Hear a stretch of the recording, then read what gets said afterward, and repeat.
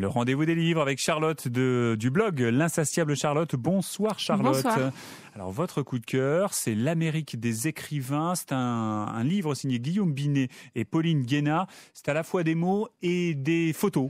Exactement, un road trip aux États-Unis. Ils sont partis tous les deux avec leurs 4 enfants en camping-car, rien que ça, avec comme idée d'aller découvrir et un pays et des écrivains. C'est ça qui est intéressant dans ce livre-là, c'est que c'est l'Amérique des écrivains, mais que même si on n'est pas féru de littérature, c'est un livre hyper intéressant parce que c'est comment un pays crée des écrivains et comment les écrivains utilisent leur pays dans leurs écrits. Pauline Guéna, elle est romancière elle-même. D'ailleurs, en passant, son dernier roman qui s'appelle Que de l'oubli est un conseil. Voilà, dissimulé, mais c'est un conseil. C'est ce qu'on appelle un aparté. Et donc là, ils sont partis avec des idées préconçues et puis finalement, voilà, l'aventure et la vie sur les routes les ont menés à découvrir 26 écrivains, dont certains de renom. Richard Ford, c'est quand même un des grands maîtres de la littérature américaine actuelle, Russell Banks notamment, et d'autres.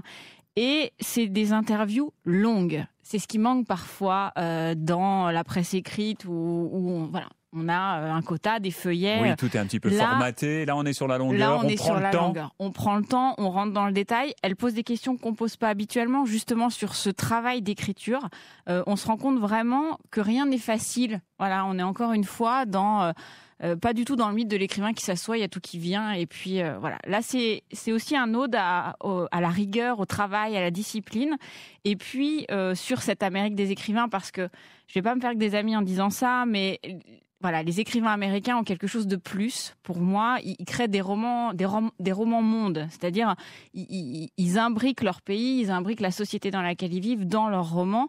En France, on est un peu timide là-dessus. On se regarde un petit peu le nombril, voilà, c'est ça? Il y a des exceptions. Je pourrais en citer, je vous assure, il y a des exceptions. Vous le faites souvent, oui, voilà. ici même.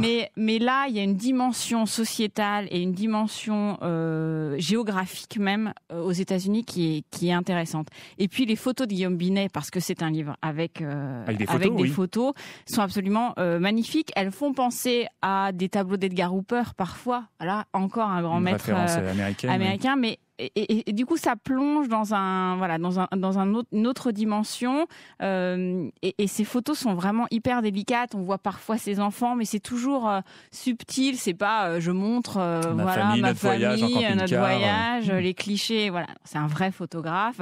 Donc il y a un travail de recherche et il y a des petites anecdotes au fur et à mesure sur leur histoire, sur ce qui se passe, parce que c'est pas non plus une démarche évidente de pousser la porte d'écrivains qui peuvent être assez idolâtrés. Enfin, je repense encore à Richard Ford, mais je pense que pour une romancière, c'est un peu intimidant. Voilà. Et là, ils arrivent à nous faire rentrer dans leur monde. Et je me répète, mais c'est vraiment pas un livre juste pour les fervents de littérature.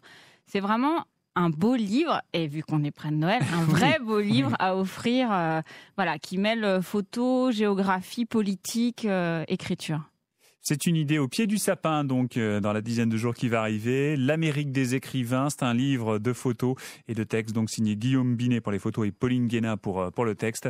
L'éditeur, c'est Robert Laffont. C'est le coup de cœur de Charlotte. Votre blog, Charlotte, L'Insatiable Charlotte.